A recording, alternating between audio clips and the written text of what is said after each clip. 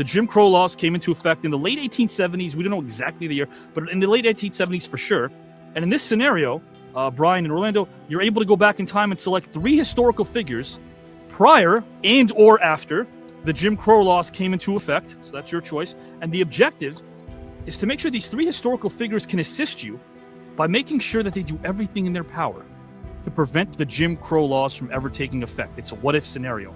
The 3 figures that I would select would be, believe it or not, first would be Abraham Lincoln. Second would be Frederick Douglass. And let me give you my third. My argument would be Jim Crow would have taken route.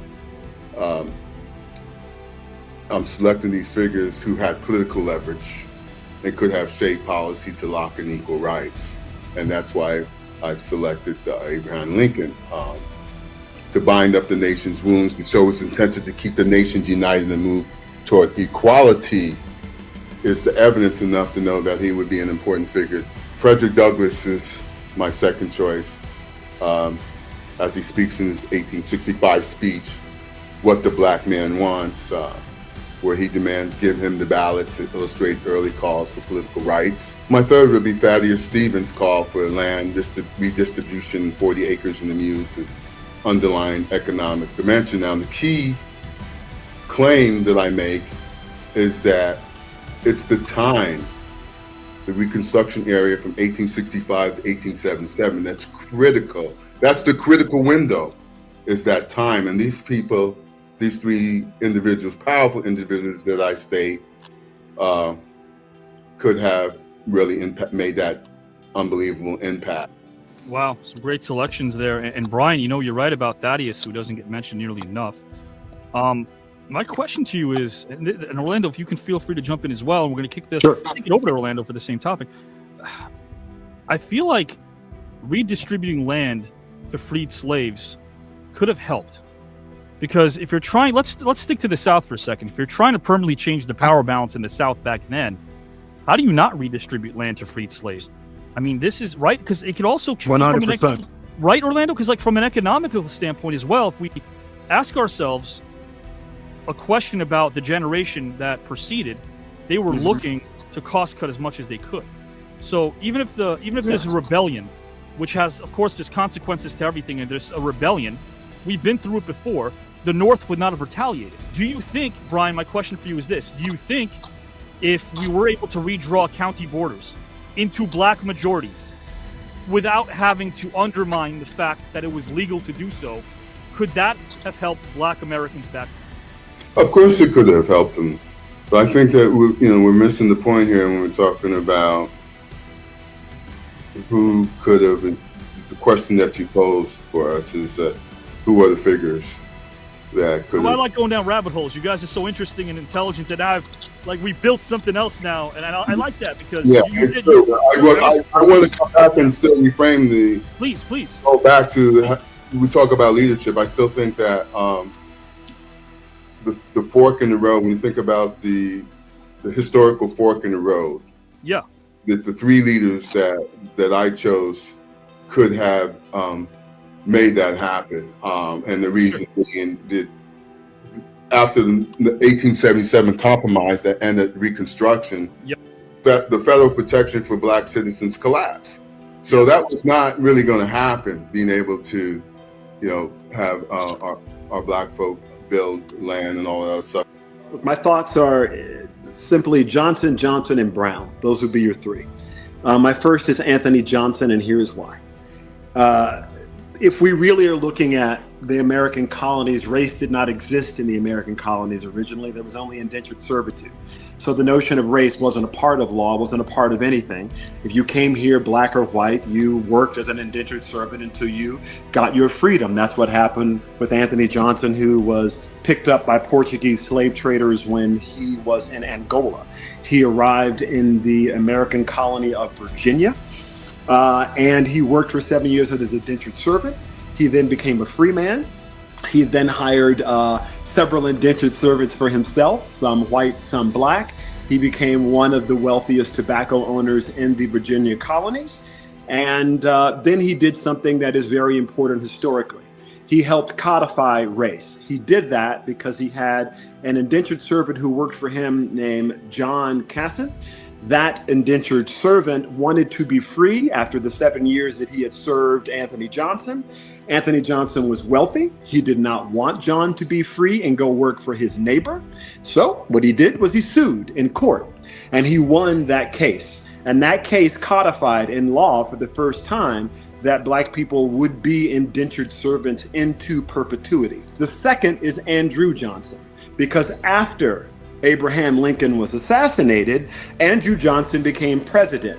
And Andrew Johnson caved to the Southern wealth of the country. He put in place the Jim Crow laws. He put in place the black codes. He put in place the peonage. So if you stop Andrew Johnson from having done that, right, and if you talk to Andrew Johnson and get him to go the other way, then you don't have black codes, you don't have peonage, and you don't have Jim Crow. And the third is Justice Henry Billings Brown. If you look at the opinion that he wrote of Plexi versus Ferguson, that's the one that gave us separate but equal. So when you look at Plexi versus Ferguson, you look at the further codification of race being a part of our legal system, therefore a part of our banking system, therefore a part of our lives. All of that happened because of Anthony Johnson, Andrew Johnson, and Justice Henry Billingsworth Brown. Can I have a fellow here? Please. You mentioned Anthony Johnson, correct? Yes. Okay. Anthony Johnson's life was significant. He was one of the first Africans in colonial Virginia to gain freedom and own land. And however, his story is powerful, but he lived in the 1600s, 2 centuries before Jim Crow. He had no influence on Reconstruction, on the Constitution, or the federal power needed to enforce civil rights after the Civil War. By the time Jim Crow was forming, Anthony Johnson was long gone with no platform to affect national policy. So in terms of preventing Jim Crow, we need figures who, I believe, this is my opinion, who are alive and positioned at the critical turning point after the Civil War.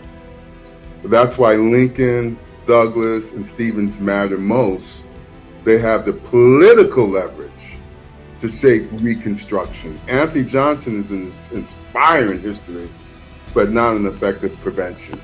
I disagree. If race is not codified into law, then what you were talking about later cannot happen. If race is codified into law, and it was by Anthony Johnson, that is what laid the legal foundation for them to do what they did later. If Anthony had lost that case, then there would have never been a legal precedent for Black people to be indentured servants, i.e. slaves, into perpetuity. He laid the legal foundation for what happened later. That's why he's important. Because without that legal foundation and without the codification of race into law, nothing later would have happened. Well, I think Anthony Johnson, showed what was possible, but I think Lincoln and Douglas and Stevens could have made it permanent. That's just my opinion. Understood. Now, Lincoln didn't survive his. Andrew Johnson then is next at bat, but then he shot himself in the foot. He shows up drunk during his inauguration. He's completely demoralized, but then something interesting happened. In his own written diaries, Andrew Johnson had stated that what he wanted to do was something he couldn't do because he felt as if the country, now that Lincoln was dead, was going to go back in time. It was going to be a time warp again. In terms of some of the legislatures, and if you think about some of the laws being passed, they were being overturned left and right around that time. And then when you looked at Billingsworth, what did he do? He took his gavel and was like, bam, agreed. Bam, agreed. And Plexi versus Ferguson, separate what equals what everything was based on. That's right. And so do you feel as if going back in time, post-Civil War, was as dangerous a place to have a voice that's either in favor of the Black American or being a Black American at that time might have been, in a way, even more dangerous post-Civil War? I think it's always dangerous when you go up against people who have the financial means to make your life miserable, right? Sure. So I think that's dangerous today, as you Yep. see lots of politicians and folks being afraid to respond and act, right? So I love how you equated the 3-point shot as an opportunity to do something without hesitating or thinking twice about it. Do it. 100%. What Brian was doing was talked about in basketball circles as 100% a no-no. It was get to the rack. Feed it to the big man. Nobody was saying the defense is sagging. I can hit this 17, 18-footer to the end of time. Sure. That's a good shot. Yeah. And nobody was also doing it the way Orlando was. What those stories I described, for me, they serve a purpose because they kind of interweave Brian's journey as well. Orlando did it his way. And for all you youngsters out there, don't listen to that voice in the head over you that says, no, do not listen to it. It's a liar. It's going to prevent you from doing something that you feel like you're maybe meant to do. And if you keep listening to that voice, guess what? The only guarantee in life is that nothing will happen. Nothing will happen. That's breaking the rule. If you stick to the rules, you will live a life of mediocrity. Yeah. Amen. You must Amen break the rules Amen in order to achieve greatness. Yeah. Amen And to you that. must be willing to fall flat on your face and fail and get back up and keep going for it. Because if you're not willing to fail, then it ain't going to work anyway. It's not going to work out. And I guarantee you those words mean a lot to me because I'm going to keep betting on the New York Knicks till I die. I promise you. I'm going to never, even though I failed many a times and it hurt my bank account, I'm going to keep betting on the Knicks. So Orlando, which of the following do you think are more underrated and why? Hole-in-the-wall coffee shops, restaurants named Food and Stuff, or diners simply named Eats? Diners simply named Eat. Underrated because usually somebody who makes a diner called Eat is in there cooking, burning it up for real. Because you know what I mean? Like, they ain't trying to give you no fancy rich name. They ain't trying to kill you with butter and cream. They're like, I'm gonna get in this kitchen and burn. Come in here and eat. So that's why I like those spots. Brian Taylor, I got a trio of options for you, my friend. Which would you pay for to see and why? If you had to pay to see the following, we won't do all of these, we'll do a couple. Which would you pay for to see and why? Rocky Balboa as a neurosurgeon, Seinfeld as a correctional officer, or Rambo the talk show host? Rambo the talk show host. I'd pay to see that. Wouldn't be a lot of talking, but I'd pay to see it. And you know what's great, Brian? You're a busy guy. You can watch it while it's muted, or even while it's not muted. It'll give you the same effect. It won't bother you either way. Won't distract you from anything. I like that. Orlando, if you were somehow able to leap into the body, mind, heart, and soul of a family member of yours, alive or deceased, and spend a week living their life, what would you select and why? So I think I would probably, there's two people in my life who were beneficial or transformative. So McKinley Cowan, who I mentioned earlier, my great-grandfather drove a bootleg taxi cab in the 1930s and 40s when black men were not allowed to have taxi license. So if you ask him, hey, what do I owe you? He said, whatever you can give me, but you go give him something. But he was also super charismatic. When I look at what he had to go through, knowing what to say, when to say it, how to say it, just that little distinction of whatever you can give me means that he wasn't charging you for a service. Ergo, he wasn't running an illegal business. Just the way he had to navigate the world at that time and how he managed to still have joy in his life, right? And the other person I think of is Viola Ransford, my grandmother, who had my father when she was 14 years old. I can't even imagine having a child at 14 the way she did. And I cannot imagine, she was super, super religious as well. But I look at how faith permeated her life and how it was a guide and how it created such joy and community for her. And, really those two people are the people I think of. If I had to pick one, maybe Viola over McKinley, just because as a woman, things had to be dramatically different. But those two people were such a huge part of my life as my grandmother and my great-great-grandfather, and they poured into me like nobody's business and supported me all throughout my career until they passed. So I chose my late father. He wasn't a general. He was a Navy seaman. Every day was drills, discipline, and repetition. My father carried his letters close to his chest, his heart. Reminders of what he was fighting for. When dawn finally rose over the Pacific, he was ready, not because he felt invincible, but because he had prepared, because he had his brothers, and because he carried inside him that unshakable belief that freedom was worth the risk. So what does this teach us about leadership? Leadership is courage, not the absence of fear, but the will to move forward in spite of it. Leadership is service, keeping your promise to others, protecting those who stand beside you. And here's the truth. If ordinary men, barely more than boys, my dad was maybe 20, could summon that kind of courage on the eve of Saipan, then surely we can summon it here in our schools, in our communities, in our nation. Leadership is not about being fearless. Leadership is about being faithful. Faithful to your duty, faithful to your brothers, faithful to the people who are counting on you. That is the lesson my father left me.